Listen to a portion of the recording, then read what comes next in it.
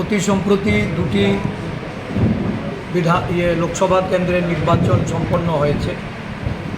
পশ্চিম ত্রিপুরা এবং পূর্ব ত্রিপুরা এই দুটি আসনে ইন্ডিয়া জোটের পক্ষ থেকে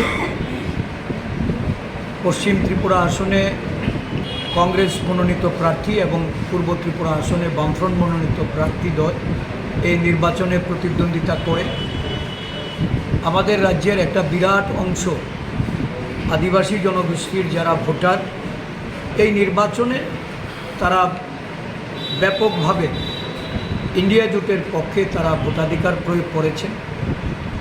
কংগ্রেস দল তাদের এই সাংগঠনিক যে তাদের সদিচ্ছা বা তাদের যে সমর্থন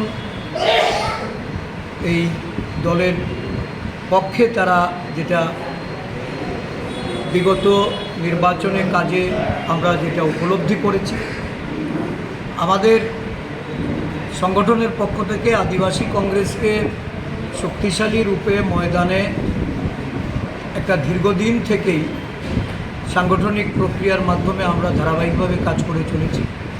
আজকেও আমাদের আদিবাসী কংগ্রেস মানে এসটি ডিপার্টমেন্টের যে মিটিং, এই মিটিংয়ের মাধ্যমে নির্বাচনোত্তর যে ভূমিকা আদিবাসী জনগোষ্ঠীর মধ্যে আমাদের সংগঠন বৃদ্ধির লক্ষ্যে এবং আগামী দিন ত্রিপুরা প্রদেশ কংগ্রেস সহ সারা রাজ্যে কংগ্রেস দলকে শক্তিশালী রূপে পরিগণিত করার জন্য আমাদের উপজাতি নেতৃত্ব এক বলিষ্ঠ ভূমিকা গ্রহণ করে তারা আদিবাসী কংগ্রেসকে এগিয়ে নিয়ে যেতে চায়।